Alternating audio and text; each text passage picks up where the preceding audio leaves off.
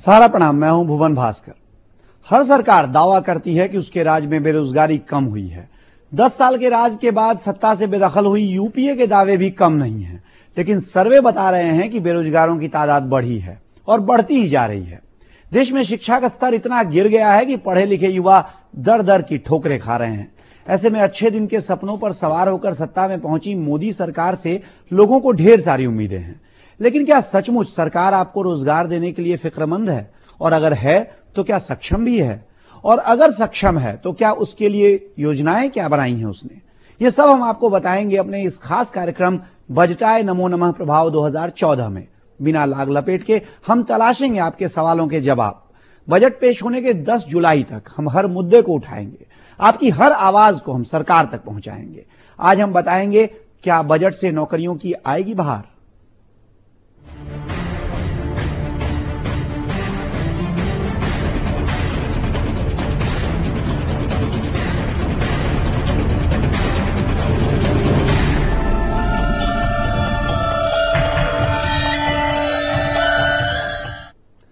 मोदी की talent Hunt की पहली सीढ़ी आम बजट हो सकता है। टीचर ट्रेनिंग से लेकर युवाओं को रोजगार मुहैया कराने की दिशा भी इस बजट में तय हो सकती है। जबकि मिड डे मील योजना में बच्चों के लिए मोदी सरकार की तरफ से अनोखा तोहफा मिल सकता है।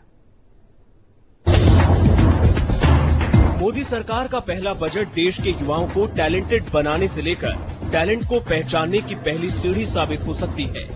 मोदी के चेहरे में अपने बेहतर भविष्य का अक्स देखने वाले युवाओं के लिए अरुण जेटली के पिटारे में योजनाओं की भरमार है। मोदी सरकार के पहले बजट का नारा ही होगा, हर हाथ को हुनर। इसके लिए सरकार टीचर ट्रेनिंग स्कूलों के लिए सबसे बड़ा आवंटन करने जा रही है। साथ ही आईटीआई या किसी भी वोकेशनल कोर्स को 12वीं या डिग्री की मान्यता देने का जिक्र होगा। देश भर के रोजगार एक्सचेंज को आधुनिकीकरण और पुनर्जीवित करने के लिए सरकार 1000 करोड़ रुपए से ज्यादा का आवंटन कर सकती है। साथ ही क्वालिटी इंजीनियर और अच्छे मैनेजमेंट ग्रेजुएट्स के लिए हर राज्य में आईआईटी और आईआईएम का ऐलान होगा। मुस्लिम युवाओं और बच्चों की शिक्षा को बेहतर बनाने के लिए राष्ट्रीय मदरसा आधुनिकीकरण योजना का ऐलान हो सकता है। देश के करीब 1000 मॉडल स्कूलों और कॉलेजों में शाम के वक्त रोजगार परक शॉर्ट टर्म कोर्स देने की सुविधा का भी ऐलान संभव है। वित्त मंत्रालय के अधीन आने वाले नेशनल स्किल डेवलपमेंट काउंसिल ने देश में अच्छे संस्थानों की जरूरत पर बल दिया है। दुनिया में 13,000 मैनेजमेंट स्कूल्स है, उसमें से 4,500 तो इंडिया में है।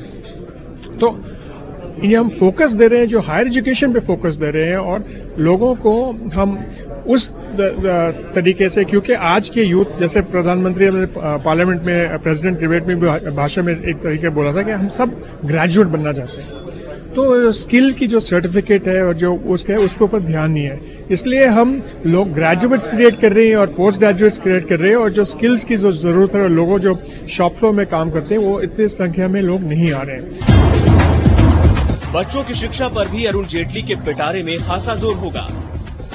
मिड डे मील में बटर मिल्क को शामिल किया जा सकता है, जिससे 12 करोड़ बच्चों की सेहत सुधारने पर जोर होगा।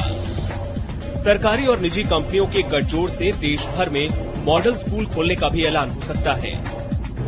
छात्रों के लिए लोन सस्ता करने की योजना भी अरुण जेटली के पिटारे में शामिल है।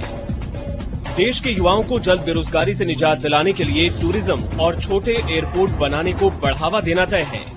भारत के बजटीय इतिहास में इस बार शायद पहला मौका होगा जब रोजगार को प्लानिंग कमीशन के कागजों से निकालकर आम बजट में शामिल किया जाएगा। इस समय दिल्ली से ऋषिकेश कुमार।